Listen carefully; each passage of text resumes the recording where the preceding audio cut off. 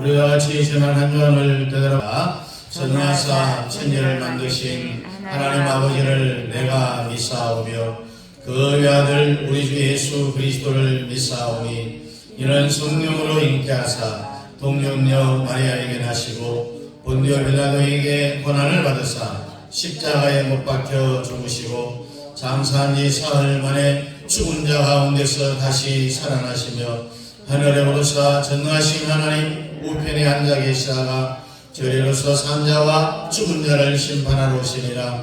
성령을 믿사오며 거룩한 공회와 성도가 서로 교통하는 것과 죄를 사해 주시는 것과 몸이 다시 사는 것과 영원히 사는 것을 믿사옵나이다. 아멘. 앉으셔서 185장입니다.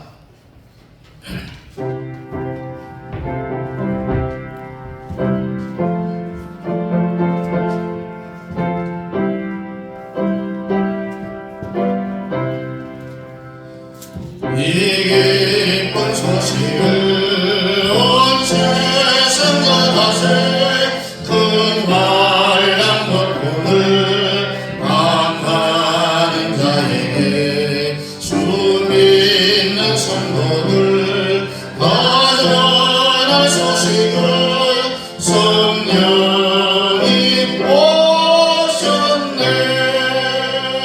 성령이 오셨네. 내 주에 보내신 성령이 오셨네. 기쁜 소식을 온 세상 전하세 성령이 오셨네. 만왕의 왕께서 저 사로잡힌 자 구원하시고 잠자여 주셨네. 승리의 노래가 온 성에 들리네. 성령이 오셨네. 성령이 오셨네. 성령이 오셨네. 내 주님 보내신 성령이 오셨네. 이 기쁜 소식을 온 세상 전하세 성령이 오셨네. 한없는 사랑과 그 크신 은혜를 안 믿는 자에게 내 작은 입으로 곧 승만하리니 성령이 오셨네. 성령이 오셨네. 성령이 오셨네. 내 주님 보내신 성령이 오셨네. 이 기쁜 소식을 온 세상 전하세 성령이 오셨네. 아멘. 모음 20장 19절부터 23절까지입니다.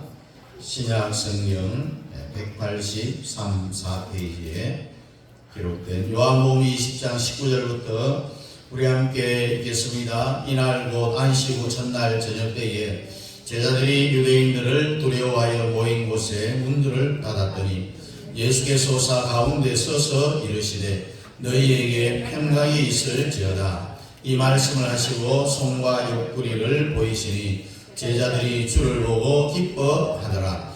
예수께서도 이르시되 너희에게 평강이 있을지어다. 아버지께서 나를 보내신 것 같이 나도 너희를 보내노라. 이 말씀을 하시고 그들을 향하여 숨을 내쉬며 이르시되 성령을 받으라.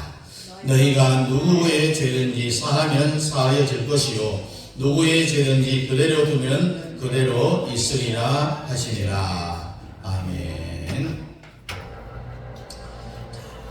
숨을 내쉬며 이르시되 뭘 받으라고요? 성령을 받으라.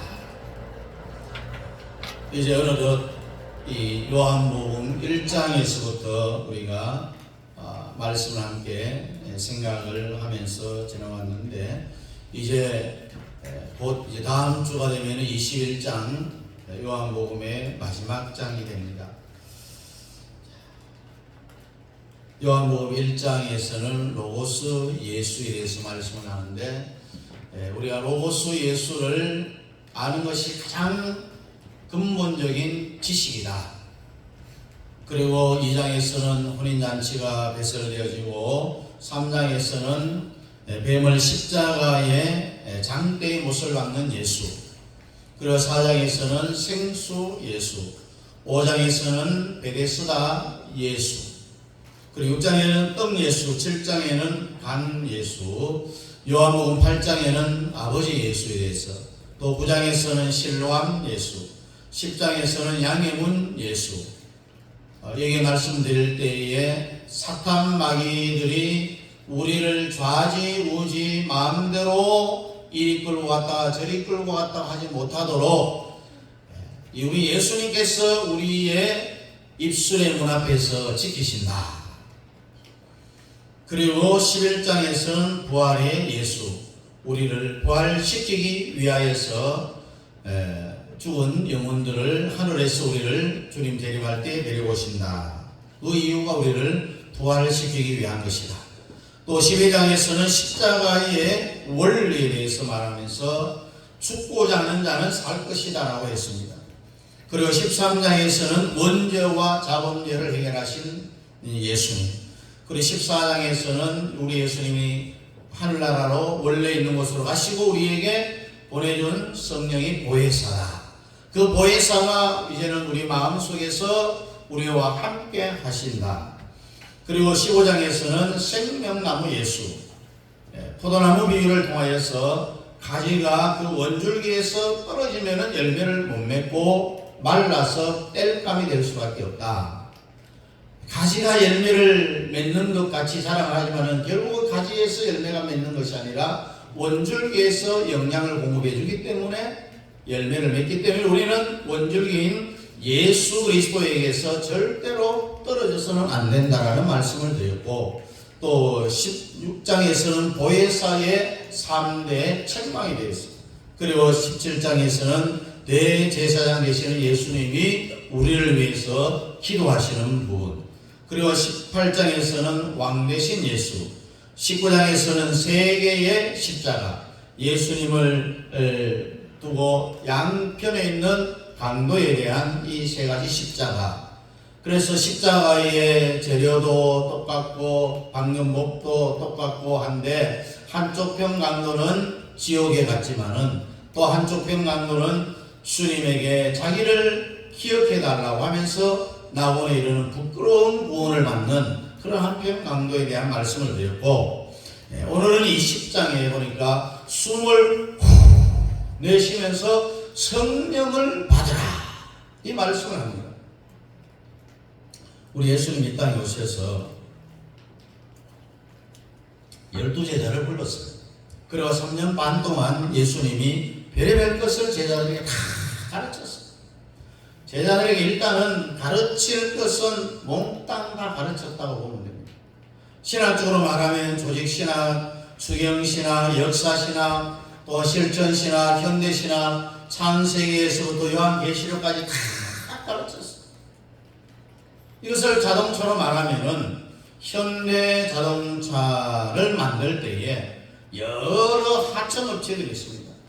그 하청업체에서 자동차 한 대를 완성하기 위해서는 부품이 한 2만 개 정도 들어갑니다. 자동차 한 대 만들어지는데 2만 개의 부품을 만드는 그 라인을 작업을 해서 납품을 받아갖고 각자 그 조립을 하고 난 이후에 한 대의 자동차가 생기죠.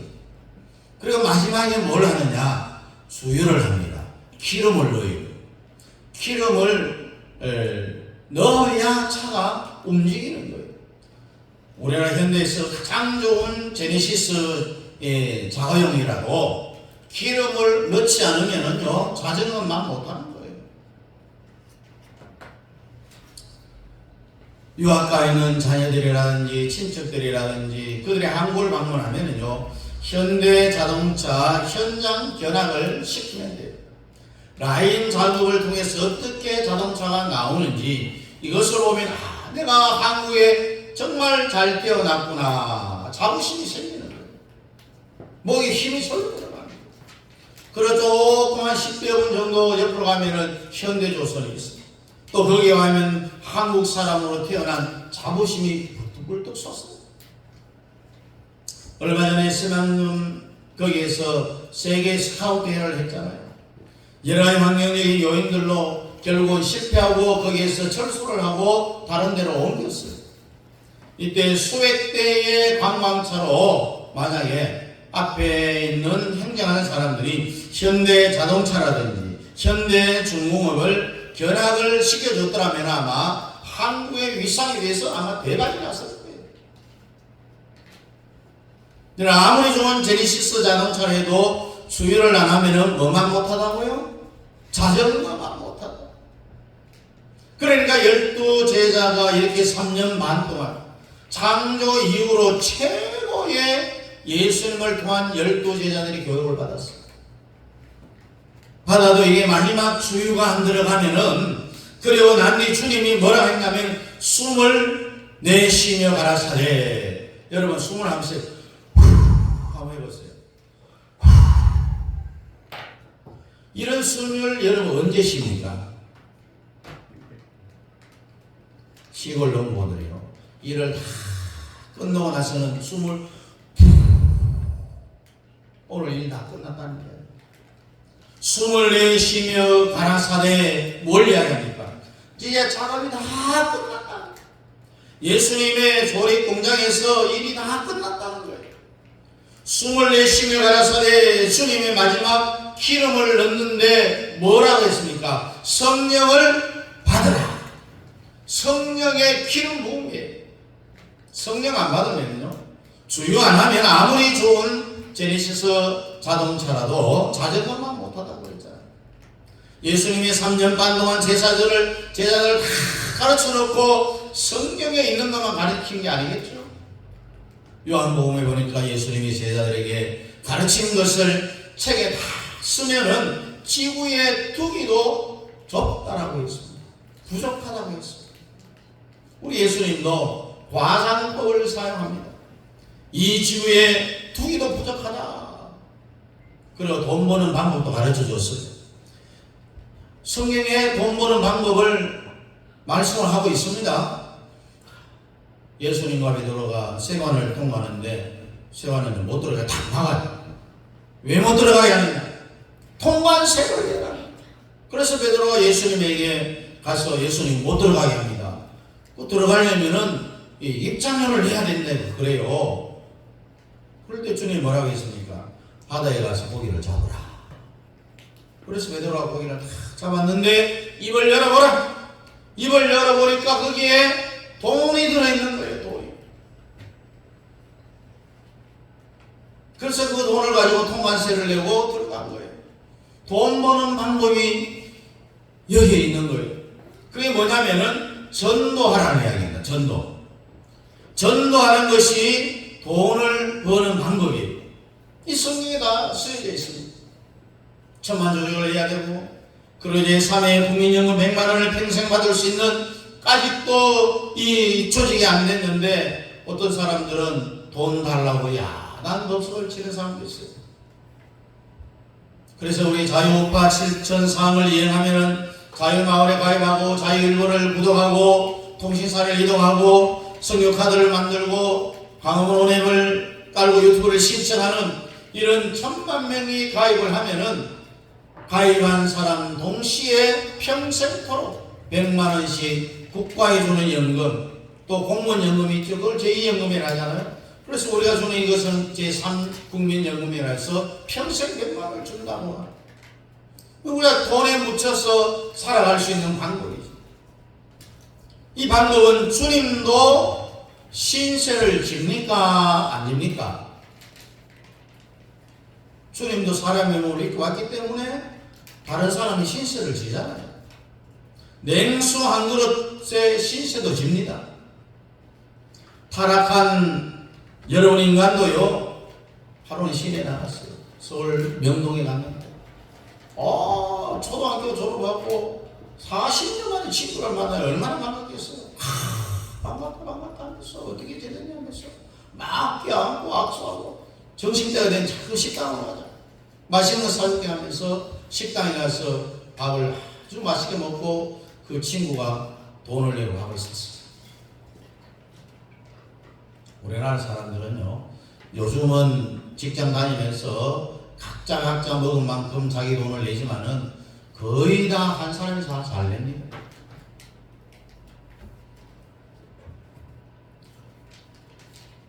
얻어먹은 사람의 그 마음속에 어떻게 했어요?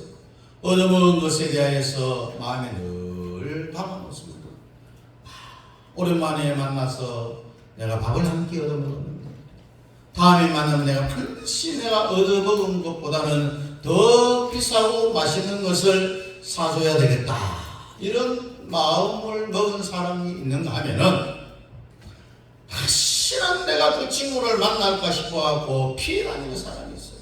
왜? 얻어먹었으니까 만나면 사줘야 되잖아요. 그 사주기가 싫어서 그 친구를 안 만나게 돼서 피해 다니는 그런 사람이 있어요. 이 타락한 인간도 그 정도인데, 정말 여러분이 큰 은혜를 받기를 원합니까? 자녀가 잘 되기를 원합니까? 남은 인생 여러분 120살까지 살기를 원합니까? 하는 것마다 다 잘 되기를 원합니까, 여러분? 누구든지 다 돈에 파묻혀서 살고 싶기를 원하는데, 그 방법을 오늘 가르쳐 드리겠습니다. 우리 주님도 약점이 있어요. 사람의 몸을 입었기 때문에. 주님의 그 약점을 이용하면은 우리가 평생 돈에 파묻혀서 살 수가 있습니다. 그래, 주님의 약점을 이용해서 주님에게 고통을 주는 거예요. 주님도 고통을 당하는 거죠. 어떻게 고통을 당하느냐? 예수님이 나에게 신세를 지게 하라는 거예요. 그러면은 신세인 예수님이 밤잠을 못 자요. 여러분도 다른 사람에게 생명을 내가 그 사람 때문에 구했다, 그러면 밤잠을 못 자요. 신세지고. 그래서 우리는 예수가 나에게 신세를 지게 하사는 이야기예요. 여러분, 유대인 공동체요, 굉장히 유명하잖아요. 이 천만 조직을 하면 유대인 공동체를 이길 수가 있어요. 전 세계의 돈은요, 다 유대인의 것이에요.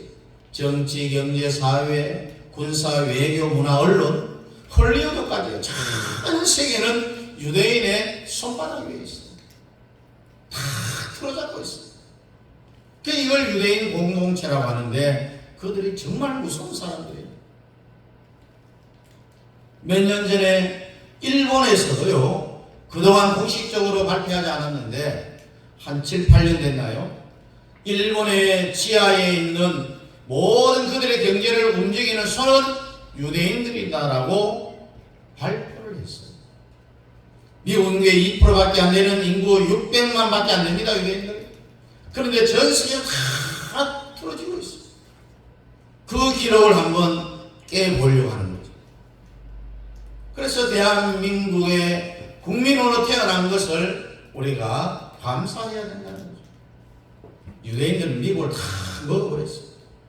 여러분, 2000년 동안요, 예수 십자가에 못 박은 죄 때문에 아돌프 히틀러한테 죽은 유대인들이 몇 명입니까? 600만. 다 목욕시켜준다고 해서 목욕실을 탁 들어가게 하는 문을 탁 끌어잠그고 거기에 독가스를 주거든요. 얼마나 고통스럽게 죽었어요. 유대인들이 예수님을 십자가에 못 박은 그 죄값을 받은 거예요. 수많은 고통 중에서도 하나님은 아브라함에게 약속한 그 약속은 변하지 않았습니다. 여러분, 유대인들의 종교는 구약교의 유대교입니다. 우리나라의 주력 종교는요, 기독교죠. 미국의 종교가 기독교잖아요. 그래서 미국은 천교도 신앙을 가지고 있는 기독교예요. 한국하고 더 가까워서 유대인들하고 더 가깝나요? 유대인들은 유대교이기 때문에 미국하고는 기독교가 주력인 우리 한국하고 훨씬 더 가까워요. 한미 동맹을 넘어서서 예수 동맹으로 가자는 거죠. 그래서 우리나라는 1945년 8월 15일에 해방이 되어졌고 48년 8월 15일에 건국이 되어졌지만 아직도 남북이 분단된 그런 상태에 있어요. 그래서 우리는 마지막 자유 통일을 해내야 되는데 미국을 이길 수가 있는 거예요. 전에는 세계 선교사 파송 1위가 미국이었어요. 그런데 이제는 작년에 한국이 5만 명을 선교사로 세계 파송을 해요. 그리고 미국은 4만 9천 명이 선교사를 세계 파송을 했으니까 한국이 전 세계 선교 파송 1위 국가가 되었어요. 백수십 년 전에는 우리가 외국 선교사들 통해서 복음을 받아들였지만은 이제는 복음을 다시 역수출하는 세계의 1위 국가가 되었다는 거죠. 이제 남북 통일이 되면요, 북한에 2,500만, 남한에 5,300만 명이 다 선교사가 돼야 됩니다. 그래서 6개월은 열심히 우리가 일을 하고요, 남은 6개월은 전 세계를 여행하는 정말 세계의 두 번째 가는 G2 국가로 가는 거죠. 여러분, 김천에 가면은 용문산이 있어요. 용문산. 거기에 유명한 나온봉 장로가 있었던 용문산 기도원이 있습니다. 그 세대는 세 사람의 장로의 시대였습니다. 박태선 장로, 문선명 장로, 나온봉 장로. 그리고 이 박태선과 문선명 장로는 이단이 됐잖아요. 그런데 이 나온봉 장로가 일제강점기 때에 일본 헌병대에 쫓겨다니면서 피해서 간 곳이 김천에 있는 용문산이었습니다.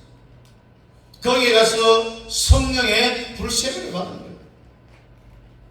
부흥회를 하는데 옛날에는 일주일 내에 했잖아요. 요즘은 뭐 하루 이틀 정도 하고 마는데 이 당시에 나온봉 장로가 성령의 불세례를 받고 부흥회를 며칠 하느냐? 열흘 동안 합니다. 왜 열흘 하느냐? 오순절 성령의 강림이 열흘 동안 120문도가 기도의 혼실의 힘을 다했을 때에 성령의 강림이 있었다. 거기에서 이제 따서 열흘을 부흥운동하는 거예요. 얼마나 많은 사람들이 왔는지 몰라요. 얼마나 사람들이 많이 왔으면은 서울역에서요, 경부선 임시 열차를 운행할 정도였어요. 용문산 집회가 그렇게 그 당시에는 유명했어요. 용문산 수도원을 운영했는데 1호가 누구냐? 여러분, 통도사를 내려가다 보면은 감림산 기도원이 있어요. 그 원장인 이용남 원사가 수도원 1기생입니다. 그런데 나온봉 장로가 입신을 했는데요, 그 간증책도 있어요. 천국 방문기라는 책이 있어요. 거기 보니까 하늘나라 갔더니 천사가 나장로에게 이렇게 해요. 너의 민족의 뿌리가 누구인지 아느냐? 모르지요. 모른다고 했더니 너의 후손은 셈의 후손인 욥단의 후손이니라. 자, 우리 창세기 10장 25절 한번 찾아볼까요? 창세기 10장 25절.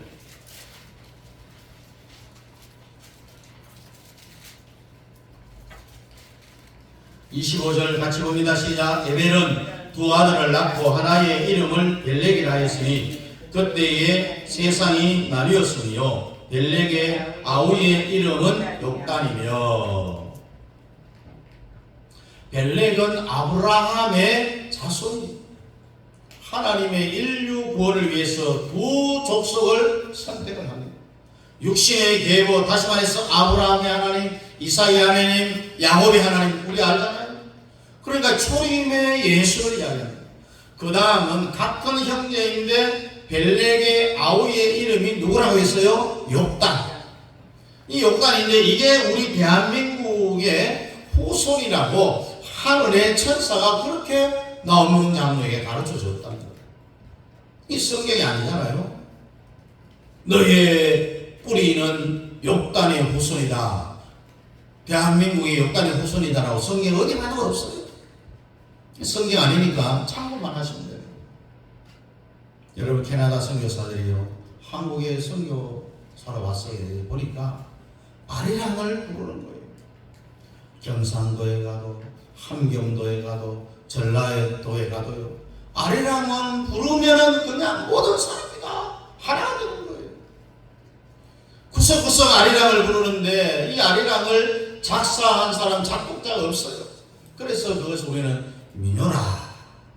민요는요, 본능으로 사람들이 부르는 노래를 민요라고 하는 거죠.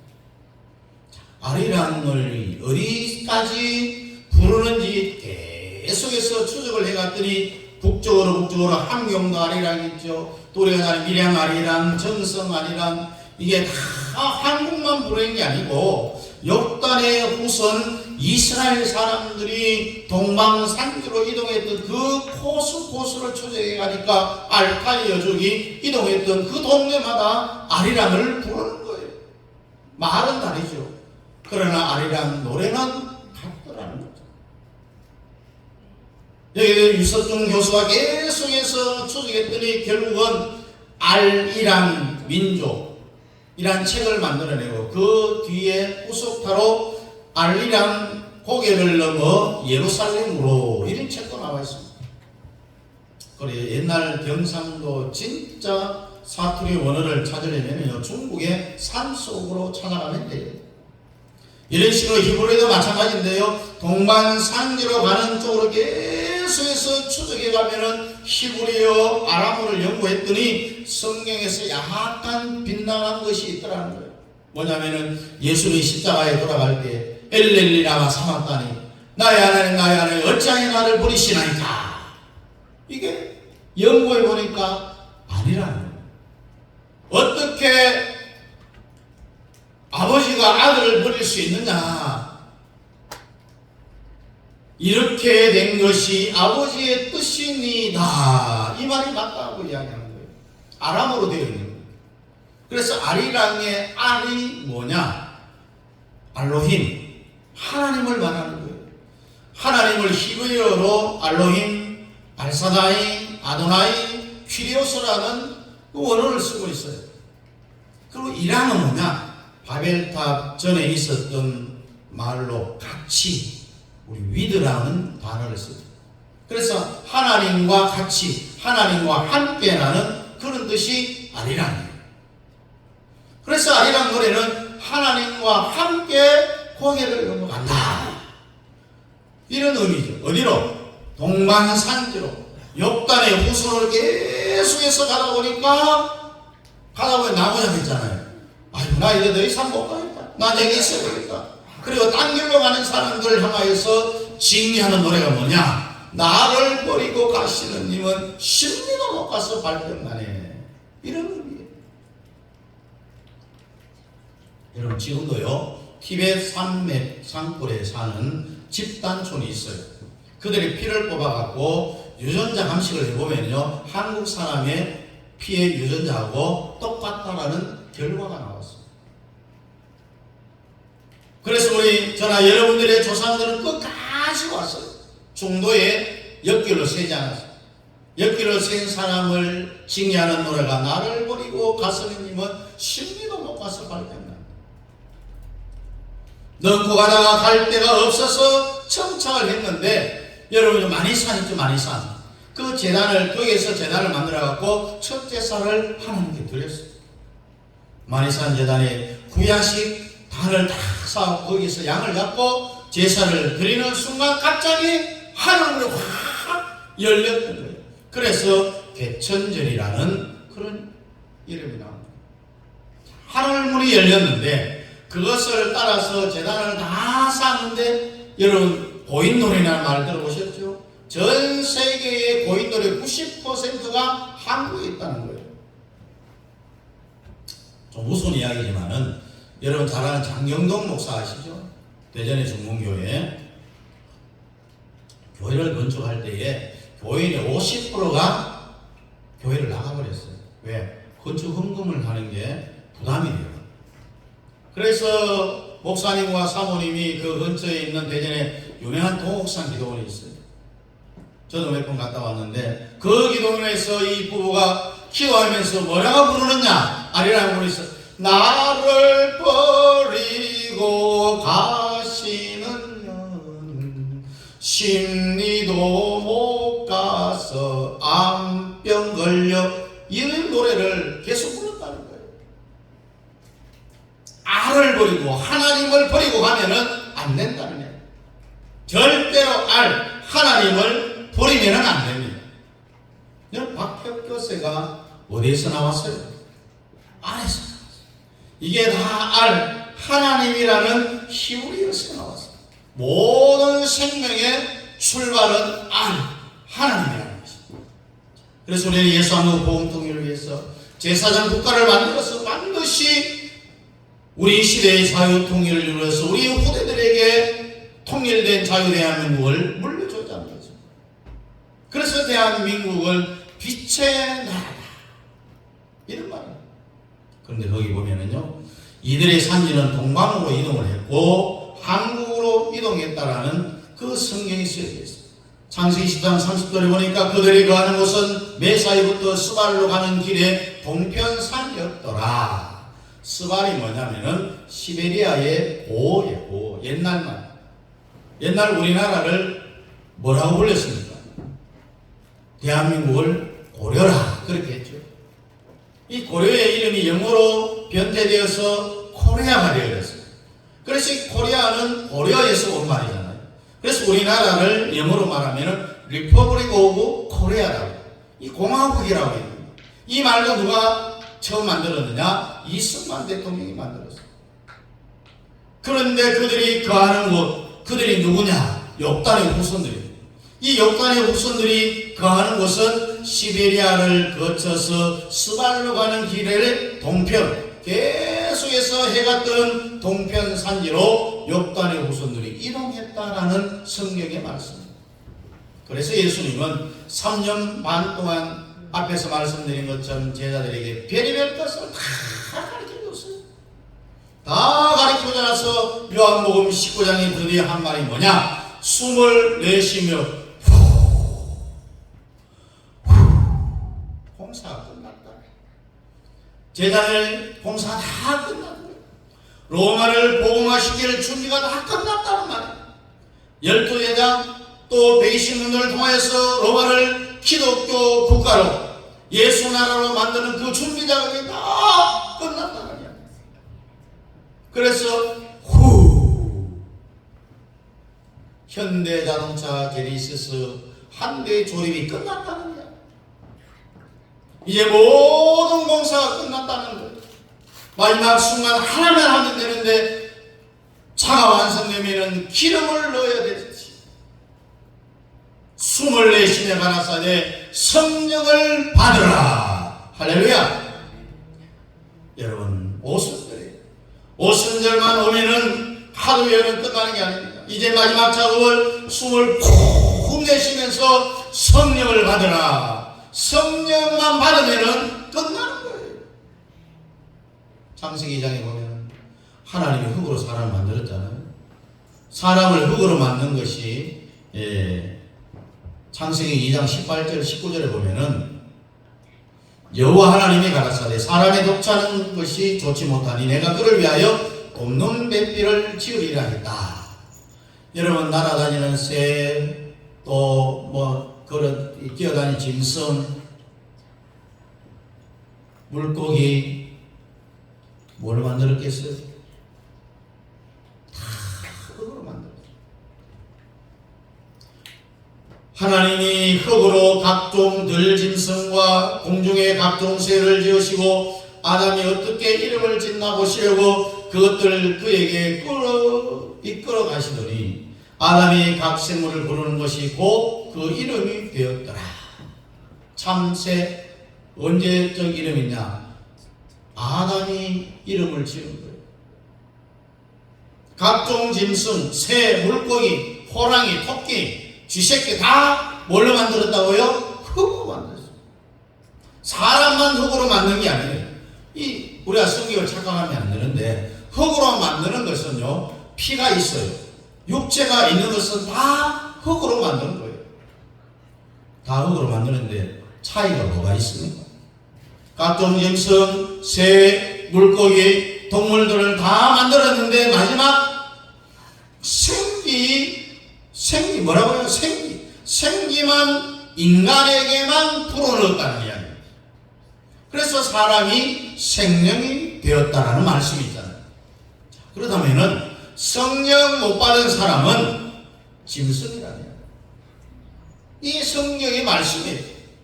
우리 예수님 3년 반 동안 제자들을 그렇게 가르쳐도 숨을 내쉬면서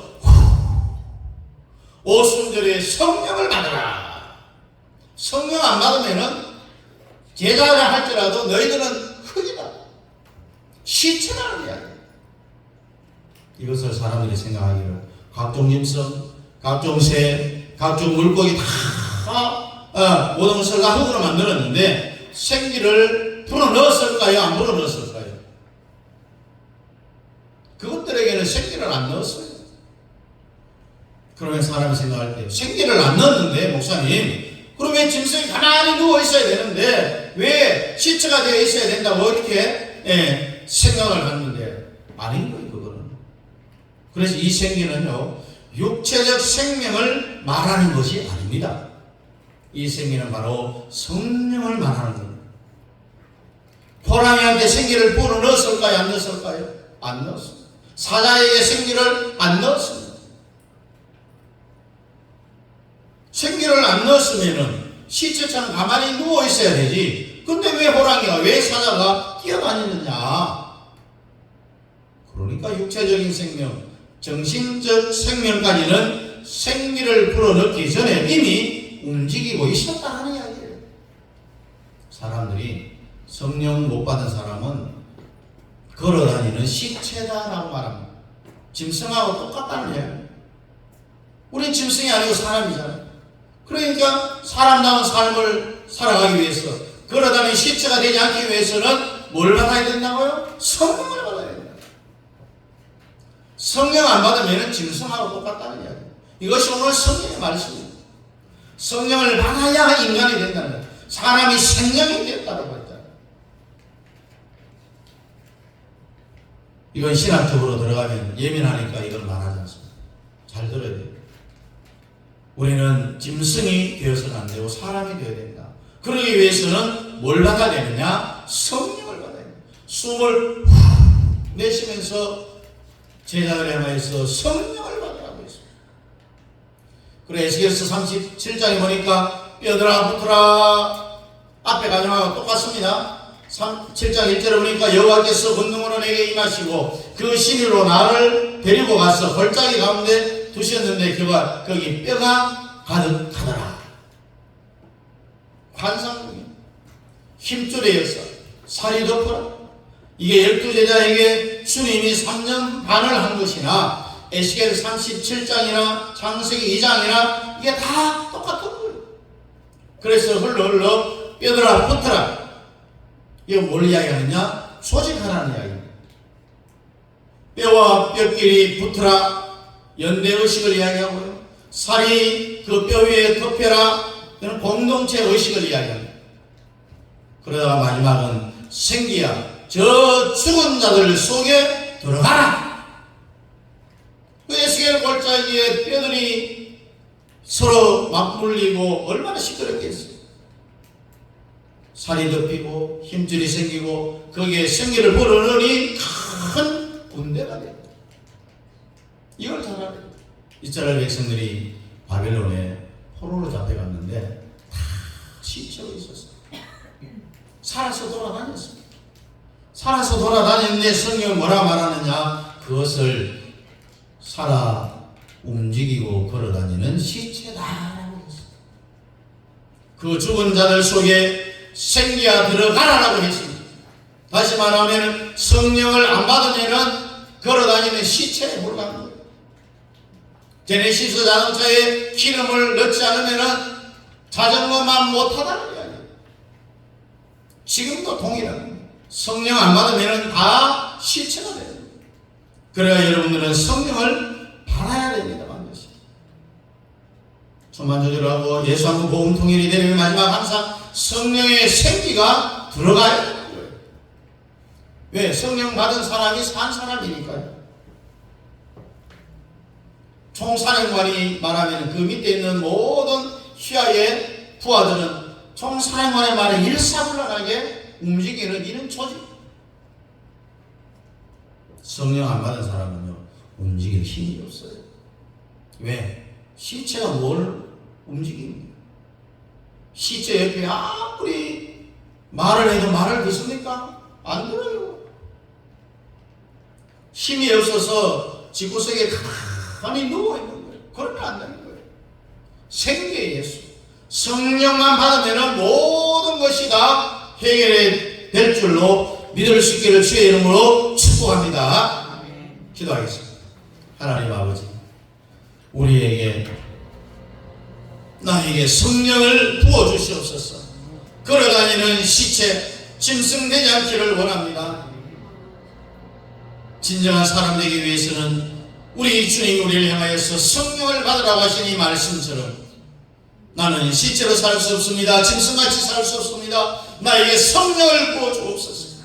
사도들에게 오순절마가 다락방에 성령을 부어준 것처럼 숨을 내쉬며 가르쳐는 주님께서 성령을 받으라. 이제 다 공사가 끝났다. 성령만 받으면 모든 것이 해결된다라는 주의 말씀에 의지하고 성령 충만받아 주의 뜻을 이 땅에 이루는 성도의 삶이 될 수 있도록 주님 축복하여 주옵소서. 예수님 이름으로 기도하옵나이다. 아멘. 다 같이 일어나서 2장입니다.